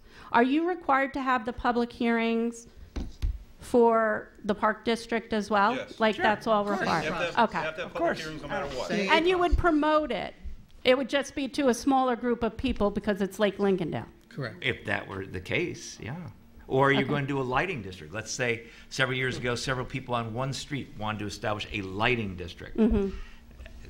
Those people, and I remember distinctly having the conversation with them, you'd have to petition the town to form a lighting district on your street, and you'd have to incur those costs. It wouldn't be the cost for the entire town, only that district. At that point, they look at the numbers and go, wow, Yeah. it isn't worth it to us to do it. But- But that's an example. Any place could sort of have a special No, district. and I kind of feel like I have to go back and make sure my association isn't coming to you to form a park. Well, there has been Yeah. no. But just to be clear, Yeah, that could happen too. just to be clear, I've not heard that. for a park district to be established, we would go through the exact same process. The only difference would be if you came and asked for it, or the town said, let's do a park district, like we did over in Shenock a number of years ago. Okay, thank you. Linda Luciano, I think where Lisa was trying to get at is you went through this whole process. September 6th, I think, was your board meeting at the beginning of September. My husband came here and he asked you, why isn't this going up for a resident vote? We had to ask you for this permissive referendum, I guess it's, or whatever, right? For it to be Exactly right. petitioned. You didn't offer it to us. We had to ask you. So that's where I think Lisa's going with this. It's always been in the documents. It's been in the documents, but you didn't say, hey, people, if you want this, this can go to a petition. That, I think that's where she was going. Like, Okay. we had to ask you, why isn't this going for a resident vote? And that's aggravating. That, why? If we didn't find out about this, it would have just gone through. So, thank you. Okay, thank you. All right, moving on my agenda. We, This is the last. Yeah, this is the last one, because we've already moved to the next item. Luana Cotman, 22 Tulip Road. I have a question. I have questions for the engineers. Well, Can I ask them the questions? okay, well, let me put it this way. Any questions anyone has, we can put you in touch with the engineers, and they will get you the answers. If you want to call my office, we will have them call you back and answer the questions. Okay. I mean, the reason why we're entertaining all these questions, because a lot of them that have been asked are, everybody's thinking them. So if your questions are specific to your address, or, It is specific to my address. okay, but- so Well, take that well, you're- offline, and they'll answer your questions. Okay, that's fine. I just have one comment. I just want to elaborate on what Lisa Healy just said. You know, we all of the residents here care about where we live. We care about our communities, we care about our neighbors, and we care about our town. So that's why we're all here. Sure. And we are so passionate about what we are saying and protecting our houses and our neighborhoods. So I think that you should take that into consideration, how people feel. You know, you guys may not live in the town, in the communities that we live in, but we live in them. And as I said to Mike O'Keefe, he's the Lake Lincolndale president. Chairman, sorry, he's the chairman. I said to him, you know, I want to raise my children here, and I want my children to come home to a childhood home. So that's what we all want. We want our generations to come back and live here and have a nice environment to live in. Absolutely. So that's why we're all so passionate about this. You know, we And want we to protect our appreciate that. homes, and we don't want higher taxes. We don't want to pay more. If you raise our taxes, my children will not have a childhood home to come home to. So that's why we feel this way, and we feel so passionate about it, and we have questions, and you know, and for the most part, you try to answer them, but there's some things that still have to be addressed. And we'll try harder. Yeah, Thank you. we'll try to answer all the questions. So if I email the engineer, he will email me back right away? Why don't you just slide over there and ask them your question? Joe, give her your card. Thank you. All right, thank you. All right, the next agenda item under Town Board is a memo from the building inspector regarding waiver of fees associated with a building permit process for reconstruction of a home that suffered from an unfortunate fire. This individual has been in at meetings. We've talked to her. She's met with the Somers Angels, which is a branch of the Lions Club, who is assisting her with getting architectural, and Tommy Tuma is kind of the lead guy on this, and he's recommending we waive it. So I'm going to make a motion, we waive the permitting process fees for the Haggerty home. Second. All in favor? Aye. So moved.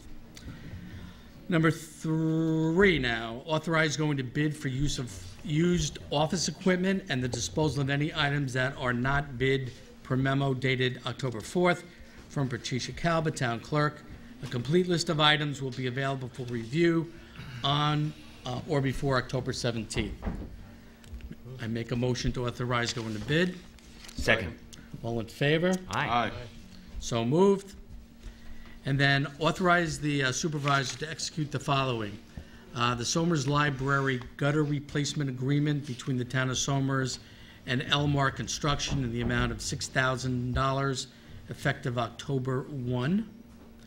And then pass 2.0 software license and support order form agreement between the town and Software Consulting Associates in the amount of $34,000 for the one-time upgrade fee and $10,000 for an annual maintenance and support of 3 years from the term in effect. So this is the past program that our assessor uses, our receiver, and our water department. And there are memos from them supporting going out and authorizing getting past 2.0 software upgrade. You gotta have it. Yep. All right, so I'll make a motion to authorize the supervisor to execute the gutter and the pass software. Second. All in favor? Aye. So moved. Okay, so now we're gonna discuss the Somers Sewer District? Yeah, right. Start that. No, I changed the number on that. In case you didn't realize. Okay, under personnel, various openings on our boards, please come out and volunteer, because it's so much fun. Authorize the temporary appointment of Miss Marianne Agjar as a part-time office assistant, automated systems for the building department, at her current hourly rate of $15.57 for the duration not to exceed 90 days, retroactive to October 2nd, per memo, October 4th, from Tom Tuma, Building Inspector. She's going to help out over there. We need a motion on that, Tim? Did I get a second? Second. Thank you. So moved. All in favor? Aye. Nice. So moved. Consensus agenda as presented. Okay. Let's look at consensus agenda. I'm going to remove number 1, as we've already done that. So, Stricken from the record. and I just, okay, I want to add to the consensus agenda to authorize the supervisor to sign onto a joint letter, and it's a request to the county Good. for $200,000 for a pilot program plan for wireless communication networks. We're going to be inundated shortly with 5G, and this would be paying for a consultant to deliver to us a model ordinance that we could adopt and customize it, obviously, for Somers. So this is no commitment of monies. This is Looking for just money. a signing onto a letter to request the county to put it in their 2020 budget. Right. Okay, so with that explanation, I'll make a motion to move consensus items 2 through 15. Second. All in favor? Aye. So moved. There are no announcements, there's nothing going on. Hey, there's Halloween. Somers is closing. There. It's Halloween. We canceled Halloween twice. Homecoming. Yeah, that's right. We did years ago. I was just to say, my daughter thought that Halloween was dressing up in a costume and going to a nursing home. She used to do that with the scouts, and all the people would get candy. I'm handing the clerk town board announcements dated October 10th, 2019. All right. Read through. Yeah. And go. Okay, so the town board announcements for October 10th. Again, all these things will be on the website, so if you don't catch what I say, it's all going to be available to you. The annual fall townwide cleanup is continues to Sunday, November 3rd, so get out there and get your roads cleaned up. Orange bags are available in the supervisor's office. Much appreciated. The Town of Somers Bulk Refuge drop-off is Saturday, the 19th through November 16th, Monday through Fridays, 7 to 4, and Saturdays from 7 to 12 at Somers Sanitation, so you can drop off your bulk refuge. Celebrate Rhinoceros Creek's Reservation, Sundays, October 20th, from 2 to 4. That will be the official ribbon cutting. Community YMCA's 23rd Annual Halloween Parade is going to be on October 27th from 11:45 will be the lineup, and it starts at noon. Shred It fundraiser for Maria Ferrer Children's Hospital Saturday. Excuse me, and that will be at Reese Park. I'm sorry, that will be at Reese Park. If I miss the details, on the website. Yes, the details will be on the website. Fundraiser for Maria Ferrer Children's Hospital. Shred It? That's where I'm at. Shred It, the fundraiser. That's going to be Saturday, October 26th from 9 a.m. to 12 p.m. at Remax Classic Realty across the street here. Oh, no. Yeah, Heritage Hills Shopping Center. Heritage Hills Shopping Center, that's where Remax is. Oh, I'm Yeah. Coldwell. I'm sorry. In the Heritage Hills Shopping Center. The Mobile Shredder is coming to Somers Monday, October 28th from 10 a.m. to 1 p.m. at Reese Park. And Samaritan's Purse, Operation Christmas Child. They're collecting shoe boxes filled with novelty gifts, personal hygiene products, and school supplies for children who are in need. And that is going on from Monday, November 18th to Monday, November 25th at the Affirmation Presbyterian Church on Route 139. Okay, Councilman Garrity, or Deputy Council, left, but I think you did that in about 6 minutes, so. Good work. Good job, thank you. Motion to adjourn? Well, yeah, I'm gonna make a motion to adjourn, but, I'd like to make a motion to go into an executive session, not to return, to the meeting. So I'll make a motion to, Just prior to that, Yes. quick comment. Thanks and Purpose of congratulations to the AYSO organization for a very successful soccer fest on Saturday. And I think there was something about football that Councilman Garrity wanted to talk about. Homecoming tomorrow night versus Nyack. Undefeated Nyack versus Somers. 7 undefeated, all right, and Somers has, one loss, o'clock. One loss to Yorktown. but they're Nyack. coming on Close. strong, Close. and, Very strong. Deputy, do you have any further, Details? comments you want, details on the football game? Listen, my son got his first college acceptance. He just emailed it to me, so I'm happy. Yeah. Okay. You should have said it about an hour ago. All right, we have a motion to adjourn now. Yeah, we're gonna retire to exec session. Oh, yeah, not to return. Not to I return. got all that. Personnel. I just Second. need- Thank you. Contract. But you Oh, have to for wait me contract. for a second? No. For contracts. We're going into exec session for contracts. Thank you. Okay. Aye. All right, good night, Somers. All right, thank you.